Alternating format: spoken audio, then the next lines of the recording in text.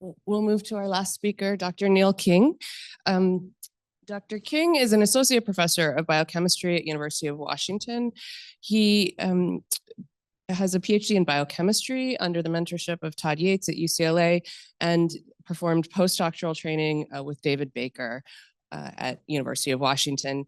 Neil is really the pioneer and master of design of self-assembling proteins for different medical applications, and tell us today about some of his really fascinating work on nanoparticle vaccines.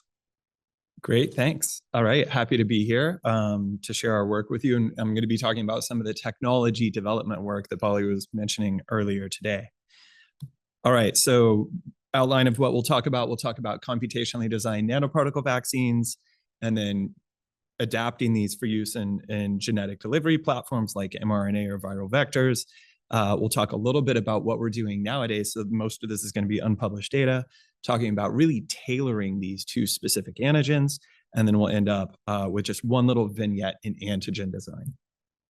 Okay, so my group is primarily a technology development group. We work on a few different problems, but when we think about vaccines, we think there are four technological components that make up a vaccine. And I'll share stories in three of these areas today. So the first one I'm going to be starting out with nanoparticles, particulate immunogens. It's been known forever, elicit superior immune responses to soluble antigen. This is because of multiple different mechanisms. One of them is antigen receptor clustering. B cells are activated by BCR clustering at the cell surface. And when you have an antigen that is symmetric and repetitive, like the spike protein on the coronavirus or repetitive elements in bacterial cell walls, that leads to strong activation and expansion of those B cells and a robust antibody response. The problem is if you're making subunit vaccines and you take the antigen out of its native context, you lose that repetition in 3 dimensions and you lose that antigen receptor clustering, that strong activation and expansion. You get a worse antibody response. So we want to come up with a technological solution to that problem. It's not only antigen receptor clustering, though. Particular immunogens are often about the size of the pathogen, and our immune system, our lymphatics, have evolved to traffic things about the size of pathogens very efficiently into draining lymph nodes, where it can take a good look at them. So there are many ways you can make particulate immunogens. I'm a little bit biased. I'm a protein guy, and so I'm going to tell you that self-assembling proteins are a particularly promising platform for structure-based vaccine design. This is beautiful work from a few years ago now from the VRC, from Masaru Kanekio and colleagues, where they, for the first time, displayed a complex antigen. This is influenza hemagglutinin. It's a trimeric viral glycoprotein on non-viral self-assembling proteins. Here they used ferritin, which is an iron storage protein that self-assembles to this octahedral protein nanoparticle. They seamlessly integrated influenza hemagglutinin into this self-assembling particle via genetic fusion. You just make a single polypeptide, and then cells spit out these nanoparticles where every one just looks just like every other. So they're very monodispersed, very regular, which from a manufacturing perspective is advantageous.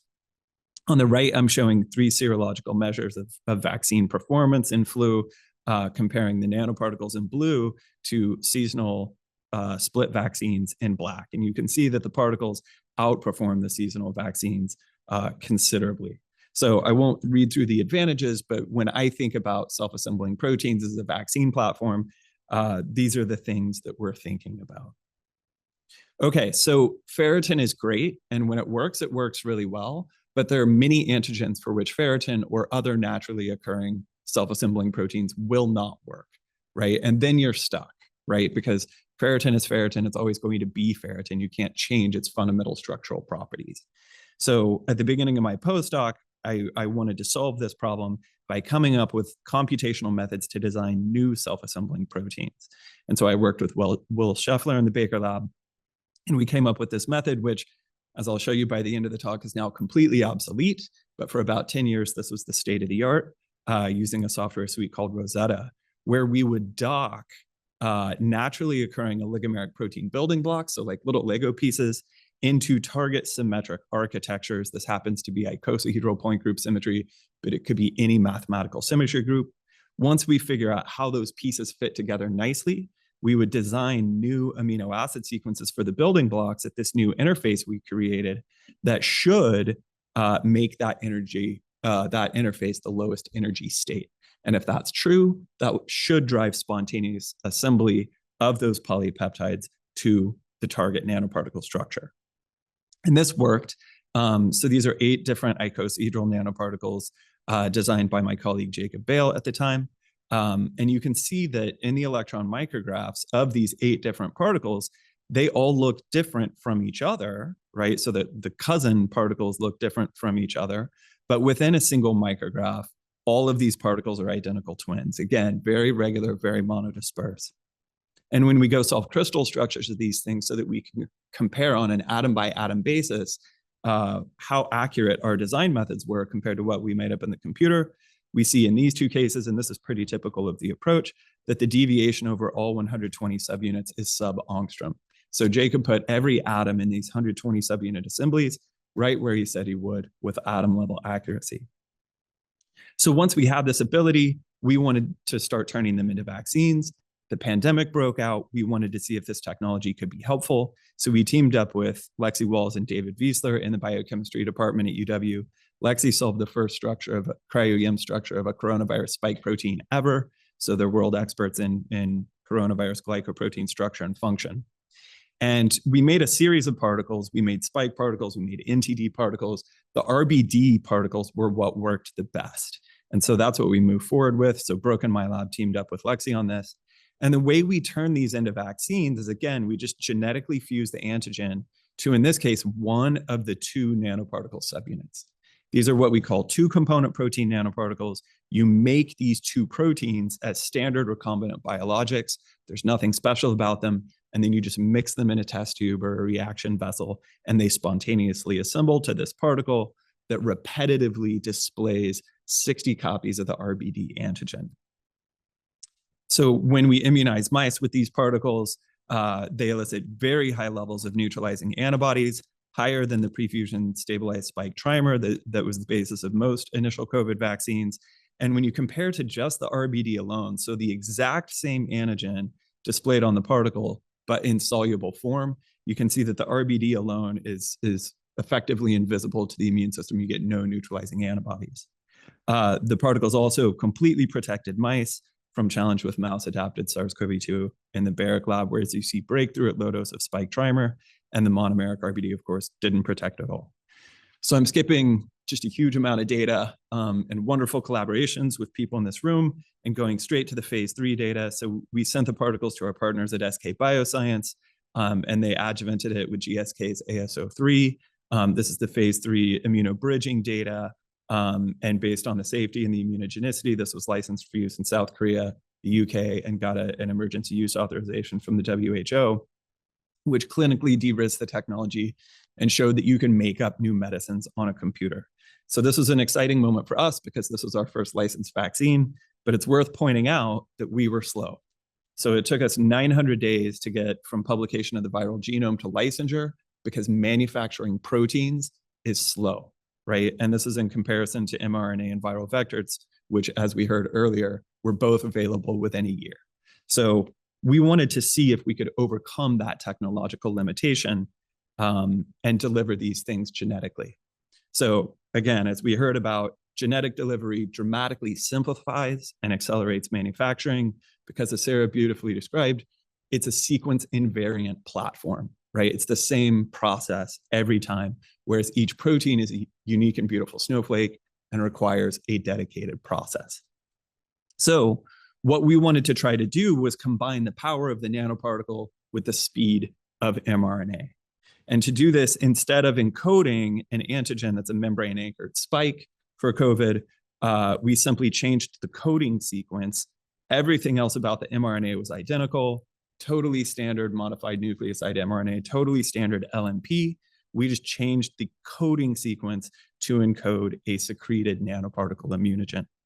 This didn't work initially. I'll spare you the gory details, but it actually took some technology development to get this to work and specifically to get cells to efficiently secrete the nanoparticles. Grace Hendricks in the lab led that work. We're fastidious about protein quality, so she isolated the secreted protein nanoparticles, showed that they were every bit as regular and monodispersed, as antigenically intact, and as stable as we like them to be. And then she started running mRNA vaccine studies with these.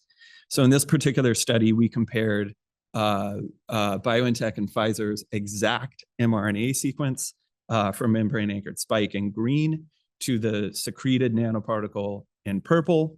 And we also included a secreted trimer.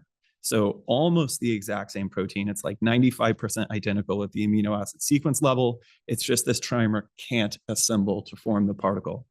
And what we saw was that after a single immunization, the particle gave you 28-fold higher levels of neutralizing antibody than membrane-anchored spike and 11-fold higher levels than the secreted trimer.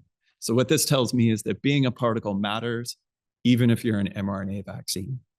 And again, when the Barrick lab challenged these mice, we saw robust protection from all three of these vaccines, but the lowest viral titers, lowest viral load from the mice that received the particle. So we were excited about this, and we've since been applying this platform to a number of different immunogens. This is actually published. This paper just came out last week. Okay, so those are a couple of the platforms delivered as adjuvanted protein, delivered as mRNA. But because one of the things that we found was that we couldn't always get the mRNA launched nanoparticles to work. Many times, and Sarah was referring to this as well, these are partial platforms, because sometimes you put a different antigen on, and now that same particle won't secrete anymore. And we found this very frustrating. And so we wanted to see if we could turn these from partial platforms into full platforms. At the same time, we felt limited by kind of the old way that we were designing these vaccines. You know, what I've shown you so far is we design a particle first, and we kind of take whatever particle we can get, and then we go back later and see if we can retrofit a particular antigen onto that particle. And that's okay, but the ultimate dream would be to be able to tailor these materials so that if you have a particular antigen of interest, a particular epitope of interest, or perhaps even a constellation, a three-dimensional constellation of that epitope, you could just go make up a particle to present the antigen, the epitope, the constellation in exactly that configuration. And to do this, we're using new machine learning methods in protein design pioneered by my colleagues David Baker and Frank DeMeo at the IPD. So here I'm showing the tools and what that general pipeline looks like. If you're going to do de novo protein design, the first thing you've got to do is make up a new protein backbone. So this is completely from scratch, unlike anything that's occurred in nature. We use a tool called RF diffusion for that. The second step is to assign an amino acid sequence to that backbone that should strongly encode the target structure. We use a tool called protein MPNN for that. And then we use structure prediction with AlphaFold or Rosetta Fold to filter our mini designs, because we can make up thousands or millions of proteins on the computer. We can't take all of those into the wet lab. And so we use structure prediction to ask, does our design sequence actually encode the target structure? And then those are the ones that we go and characterize in the wet lab. And I just want to show one slide on this RF diffusion method, because this is the sort of thing that felt like science fiction when it first came out. So you can see this diffusion trajectory in the bottom right, where a protein just emerges from nothing, right? From pure Gaussian noise. And this is similar to image generation models on the internet, like DALL-E or Stable Diffusion, where you can generate synthetic images of cats by training this model, shoving every picture of a cat on the internet into the model, gradually adding Gaussian noise until you get to pure noise. And then once the model's seen that at inference time, you can give it pure noise and say, make me an image of a cat on the table, and it will gradually denoise that model, or denoise the noise until you get a synthetic image. So it works for cats, it works for proteins just the same way. And so we wanted to take advantage of this method to make up these truly antigen-tailored nanoparticle immunogens. And we did this in 3 steps. So the first question is, can this work at all? Can you even make up a de novo nanoparticle using this method? Can you put an antigen on it in step 2? And then can we turn these things into vaccines in step 3?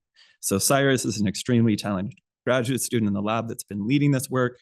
And so this is kind of a modified computational pipeline compared to that very first one I showed you.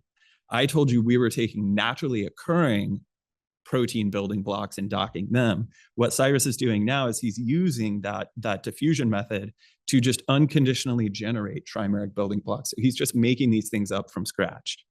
He docks those using the exact same method. We use deep learning sequence design and structure prediction to filter these and take them into the lab. And this works. And so he's done this a few times now, and every time he orders a set of designs, he gets a few dozen hits. The hit rate is higher than our previous methods. It really, really works.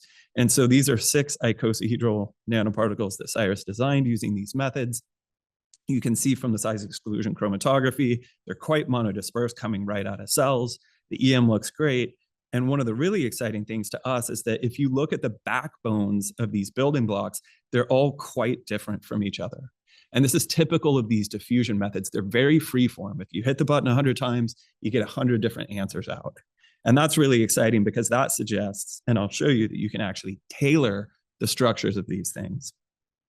So those were icosahedra built from trimeric building blocks. We did the same thing with octahedral nanoparticles constructed from tetrameric building blocks. This is useful for antigens like influenza neuraminidase, which you can't put on ferritin, you can't put on limousine synthase. There's no nanoparticle that exists for flu, and so we just made them up.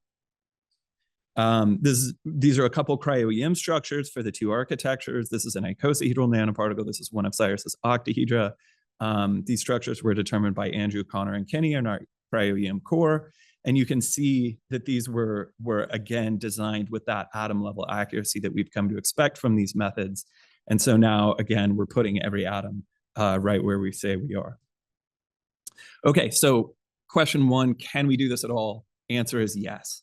Question 2, can we put antigens on there and really tailor them to specific antigens?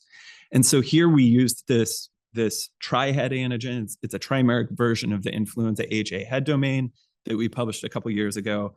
And we attached this blue antigen to one of our 2-component protein nanoparticles in gray via this red trimeric coiled coil linker. And so Cyrus took that red piece of our antigen and fed that into diffusion, and we tweaked it so that it could do symmetric motif scaffolding. And basically we asked diffusion, hey, build me a building block that integrates the end of the antigen, right? So we're actually building the particle off the antigen. And this also worked. And so this is a series of 5 nanoparticles that Cyrus generated using this method. Again, you can see that the purple backbones of these building blocks are quite different, but all 5 of them incorporate that red 3-helix coiled coil that should allow us to display the tri-head antigen. And so when Cyrus went back and put the antigen onto them, it did indeed work. We were able to display the antigen quite readily. You get very monodispersed particles. They're relatively stable. We're limited by the antigen. In this case, it melts at about 55 degrees Celsius. But you can see the antigen rigidly displayed on this particle. I don't have immunogenicity data for this.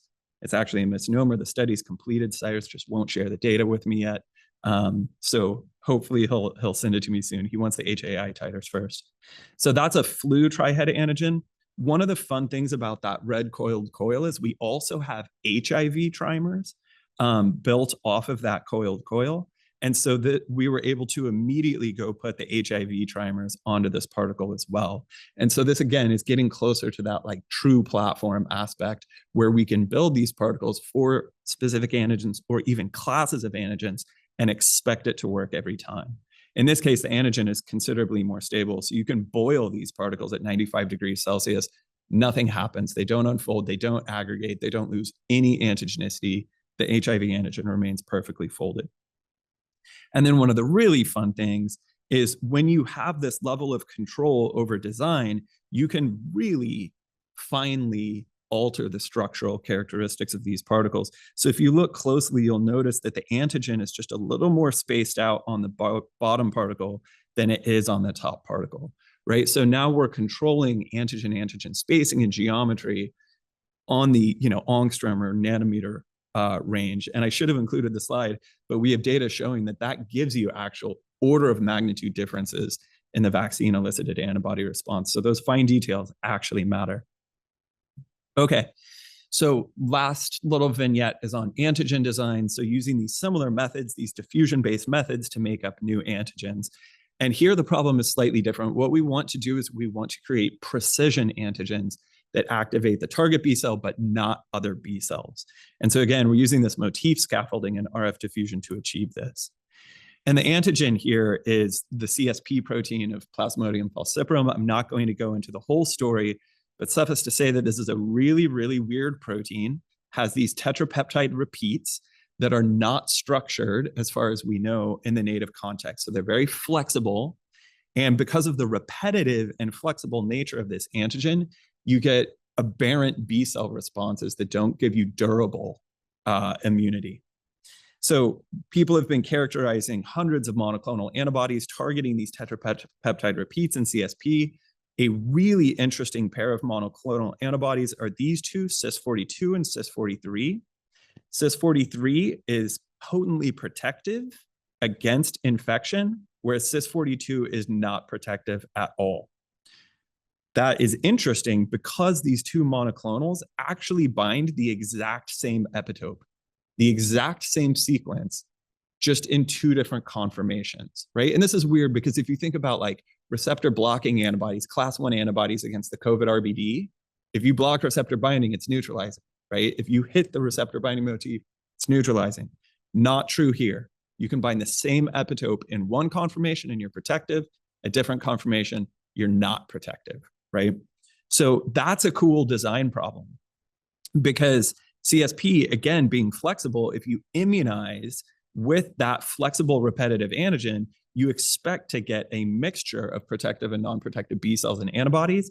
But if we could somehow stabilize that epitope in the protective conformation, maybe we can only elicit the protective antibody and improve the quality of the vaccine elicited antibody response.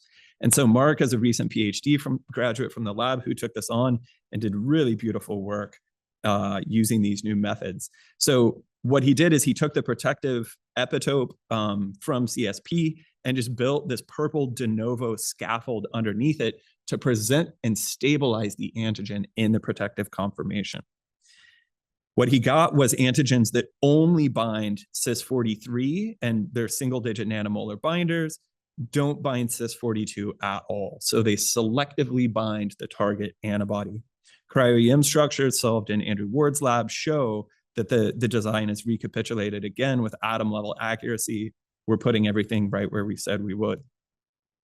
So we've been collaborating on this with Facundo Batista and his postdoc Ku, who have these beautiful models where they adaptively transfer in very transgenic B cells that display a single antibody. So these are fully rearranged B cells that display only the inferred germline CIS43 antibody. That's it. And so you can transfer these into a host mouse. They have a congenic marker, so you can monitor activation and expansion of your target B cell by simple flow cytometry.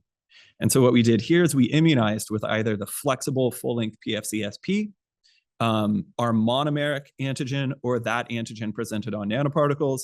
And what you can see if you look at expansion of the adoptively transferred target B cells, only the designed immunogens activate and expand that target lineage. If you transfer in the non-protective CIS42 B cells, you see that a peptide, a flexible version of the peptide displayed on KLH and CSP, activate and expand the off-target lineage, whereas Mark's designed antigen on the particle is squeaky clean. So we are selectively activating and expanding the target B cell. If you transfer in both B cells at the same time to set up a competitive environment between them, you still see that specificity is maintained. So when we isolate activated and expanded B cells and sequence them, we see that Mark's immunogen only activates and expands CIS43. The other two immunogens predominantly give you the non-protective CIS42, right? So again, we've improved the quality of the vaccine-elicited immune response. I'm going to skip through it. We did the same thing with this other epitope called L9, which arranges fabs next to each other so that they actually affinity mature against the neighboring fab. And that worked too. And just the last data slide is Ku set up these mini repertoire mice where he transfers in 5 different B cells. And in that more competitive environment, Mark's antigens are still extremely selective. So something we couldn't do before, but these new computational methods have now allowed us to do. So I won't recapitulate all of that in the summary, but I just want to make the point that these computational tools are finally allowing us to do what we want to do. Those antigen-tailored nanoparticles are what I went to the Baker Lab to try to do 15 years ago, but I knew we couldn't do it yet, and now we're doing it routinely.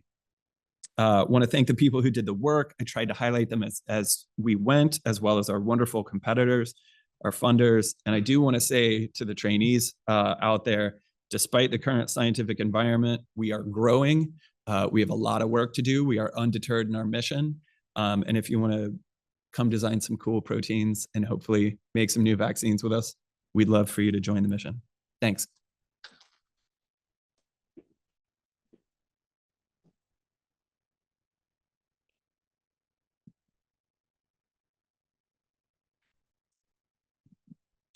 Thank you. Nice presentation.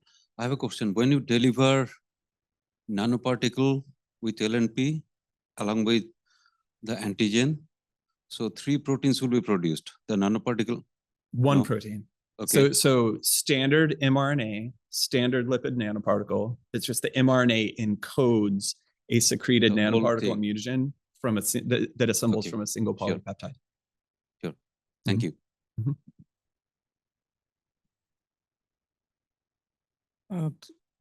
Great talk. A couple of questions. So the HA antigen, where you display the head, is the way they're, and you display it as a trimer, they are assembled as in the immunoglutenin HA Yeah. as a trimer. Yeah. And the second question is on if you have tested the nanoparticle in the context of pre-existing immunity. Yeah. So we have done a number of, so yes, the trihead antigens recapitulate native-like heads. We just didn't want the trimer interface antibodies. We wanted to lock the thing down so that we could only get, RBS lateral patch antibodies. Second question, have we evaluated these in pre-existing immunity? Yes, we've done this mostly in COVID and flu, and it looks exactly like every other vaccine modality. Very standard. Yeah. Beautiful talk, Neil. So you made the comment that these repeated epitopes in the CSP might be the reason why it's hard to get durable responses. So have you looked at durability in a synthetic construct that has only the protective epitopes versus non-protective epitopes? We haven't yet. So, I mean, I just showed you like the most recent data we have. Yeah. All of our in vivo data with those are in Facundo's knock-in mice. I see. So, but we're gearing up to do an NHP study with Bob to get at exactly that question. And so these so-called non-protective epitopes, what do you know about their T-cell epitopes that might be contained there, even though they may? It's a great question. I mean, Sarah knows this better than I do, but CSP, again, is really weird. The repeat region doesn't have T-cell epitopes. There's a C-terminal thrombospondin domain that does, right? So the antigen, the repeat antigen itself has no T-cell help. Yeah. It strikes me that this, outside the context of vaccination, you could use your technology to deplete clonal B-cell tumor, T-cell tumor, just by knowing the sequence of the BCR, TCR without knowing binding specificity. Right. Is that? Yes. So actually, so we have a project, Sebastian is a postdoc in the lab who's doing this. We can actually design binders for specific BCRs or TCRs. And it works beautifully. So we can just make up a de novo protein that binds whatever antibody you want specifically. And yeah, we've thought about using those as like mini binder drug conjugates to deplete, or I think there's a million just things by you knowing can the do. sequence. Just by, well, so far we've been designing against actual structures of the BCR or TCR. Presumably you could do it off of an AlphaFold model. We haven't shown that yet. Very cool. Hi, quick question about antigenicity versus immunogenicity. If you stabilize that epitope and it can induce a very protective response, if you use that epitope to just attract antibodies out of a naturally infected individual, how do those, because that's been a big question. How do you connect antigenicity to immunogenicity based on affinity of the antibodies that bind? Yeah, totally. Well, okay, so I think there are a couple of questions there. One thing that we've been thinking about doing that I think you're describing is, so I only showed you 1.5 of those, the Cis43 and the L9. Mark actually has a whole suite of antigens with differing specificities throughout CSP. And so one of the things we've thought about doing is just using them as probes to profile people's B cell repertoire and say, oh yeah, you got a lot of antibodies against the junctional epitope, but not the major repeats, or vice versa. And then seeing if that correlates with protection. That would be fun. That's not really immunogenicity though. So I think the way that I think about that is antigenicity is going to some extent determine immunogenicity, right? And I showed that we bind only the target antibody in vitro, which shows that antigenically, we're in the protective conformation. And then when we go into those adaptive transfer models, we're only activating and expanding the target lineage.